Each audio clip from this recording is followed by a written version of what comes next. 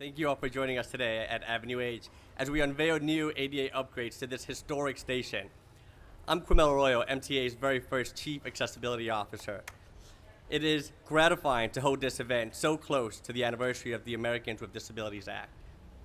On July 26th, it will be 31 years since this landmark legislation was passed and changed the lives of millions of Americans with disabilities like me. While much has been accomplished since then, there's still more to be done. I am proud to do what I can to elevate transit accessibility as the MTA's first Chief Accessibility Officer. Executing our vision for a truly inclusive system isn't easy. It involves retrofitting infrastructure that is often more than 100 years old. To give an example, Avenue H Station first opened in late 1890s, almost 130 years ago. Today, we're proud to open a new ramp on the east side of the station, along with new accessible path to the existing southbound ramp, plus a whole host of other upgrades that help improve customer flow and general environment. This marks our 14th station, which is accessible via ramps. That means that we will never hear complaints of inaccessible routes at these stations.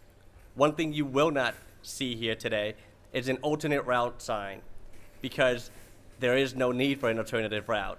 There is no fail point here from now on, and we're very thankful for that. Ramps are fail-proof, and I hope to see more of them throughout our entire network. It shows that we can take on ADA projects so long as the willpower and resources are there. And I'm happy to say there's no shortage of either at MTA's 2020 to 2024 capital plan, and I look forward to seeing its priorities through to the finish line. New York State needs accessible public transportation to power its recovery and carry millions back to work, to school, to cultural centers, and entertainment. New Yorkers and visitors with disabilities, and so many others that need and benefit from these accessibility features, like parents with strollers and seniors with mobility difficulties, must be included in that revival. For more on specifics of the Avenue H project, I'll turn it over to Barney Gray with C&D's delivery department, where he leads our station's business unit and oversees the multi-billion-dollar capital program projects related to station upgrades, rehabs, and accessibility. Barney.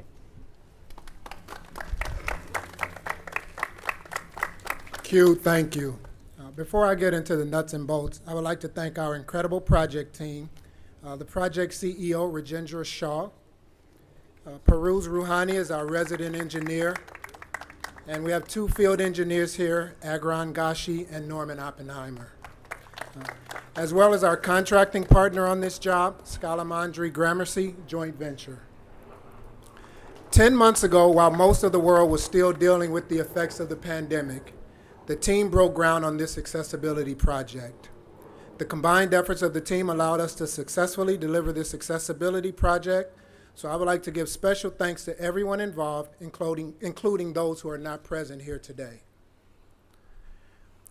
ADA projects are a major priority for everyone at C&D, and we share a commitment, along with New York City Transit and MTA as a whole, to create an inclusive transit system.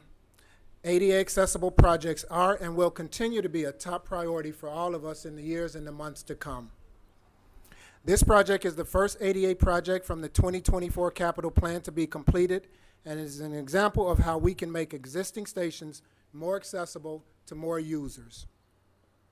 But bringing that vision to life isn't always easy. In this case, it involved retrofitting infrastructure that is more than 100 years old. The Avenue H project cost $12.2 million and is first and foremost an accessibility project that included new ADA ramp, a new control house for the ADA ramp, and an ADA path to the existing southbound platform ramp. Additional accessibility improvements included a new fare control equipment, ADA enhanced turnstiles and gates, and an improved ADA path at street level. The completion of this work will provide a more accessible station for all of our customers. This project also included station enhancements to improve both customer flow and the station environment. To achieve this, we installed a new roof, lighting, and windscreens, and constructed a new control house. Additionally, 5 new cameras in the new ADA control area, are in the process of being fully linked up with the CCTV system, and we are completing work to upgrade the fire alarm and the PA system. As I mentioned previously, there are challenges inherent when dealing with century-old infrastructure, and our crews needed to replace a 20-inch water main and an 8-inch gas main to accommodate this new ADA ramp. I am very proud of the team and the efforts by all, and we are proud to deliver these accessibility upgrades for the community. The pandemic has underscored the need for an inclusive transit system that truly serves all New Yorkers. It is the best way we can speed our economic recovery and create a more livable region for all, and I am excited to be a part of this effort. When I moved to New York a short time ago, I promised my elderly mother that she would visit me in New York and not only see New York, but see it through the eyes as I do on a daily basis. The only way that is possible is through accessible stations. So for me, this is personal, and I'm committed to the effort. With that, I turn it back over to Q, and thank you. Thank you so much, Barney, for all you do and the entire C&D team. Next, we'll hear from Commissioner and MTA Board Member, Commissioner Victor Khalisi from the Mayor's Office for People with Disabilities.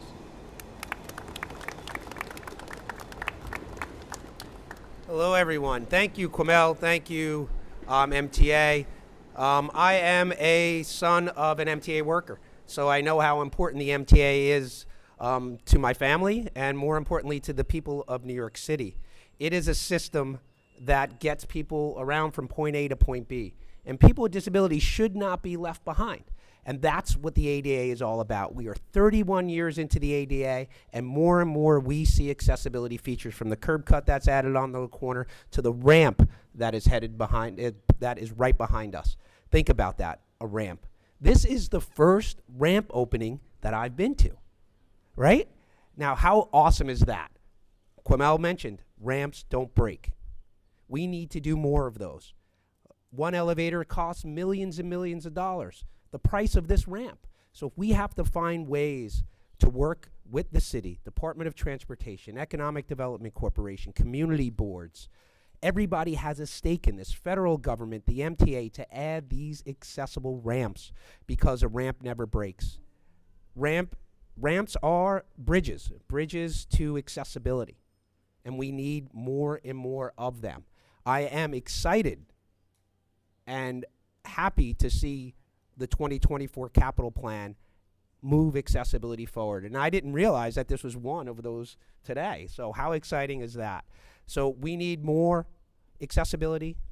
As an MTA board member, I will continue to push and advocate for accessibility, and we will bridge everything that we can, from elevators to ramps and everything in between, to ensure that people with disabilities have the same access as everyone else. So God bless the ADA. Happy 31st anniversary. Thank you to the MTA workers, elected officials, the MTA staff, and the City of New York. I am excited about this ramp, and now I could come to Midwood and get over to the best pizza in New York City, which is DeFaria's. So I'll put in a plug for that. Thank you, everybody.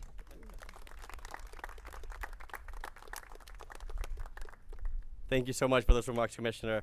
You hit on some really interesting points. I am reminded that I actually worked on this project while I was at DOT as their head of accessibility, ensuring that this project included accessible ramps, because we need that path of travel to be continuous for everyone in the community to be able to come to this ramp that we've built now and off back to their communities. Thank you so much for those remarks. And of course, it wouldn't be you without pitching some good pizza, your true Italian self. I am happy to introduce Senator Semaj Felder to speak next. Thank you very much. Thank you very much. On a nice, cool, beautiful day, the goal is to not repeat anything anyone else said. So, of course, I thank everyone that's been thanked and everyone that will be thanked. But I would like to particularly mention my heroine, Sean Campbell, and the Community Board 14, because I don't know, she deserves that. I don't know if any of you heard, but when people were talking before the press conference, she said, what's next? And I'm thinking to myself, after all of that, you know, she didn't even want to break. She's ready to fight for the next thing. So we're very, very excited. And of course, my colleague, Council Member Matthew Eugene, who's here with me. I'm delighted to be here, and I look forward to attending many, many more of these occasions. Thank you. Thank you so much for those remarks, Senator. Next, we'll hear from Assemblymember Bobby Carroll.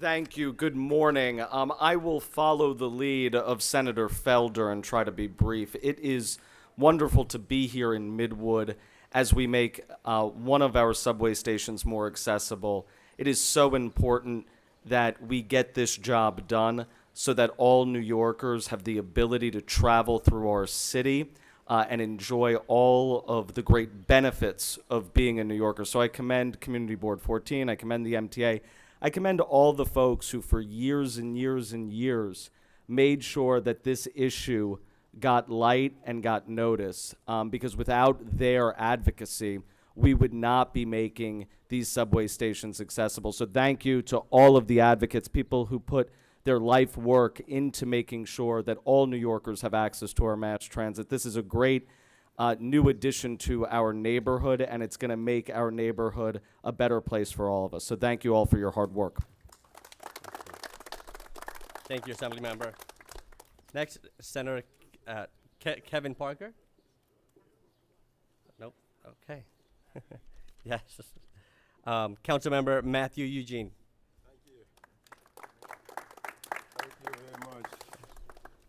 Thank you so much. I'm so honored to be here alongside with me, my colleagues in government, Senator Simca Felder, and also Assemblymember Bobby Carroll, and all the advocates, the community leaders, and the leadership of the MTA.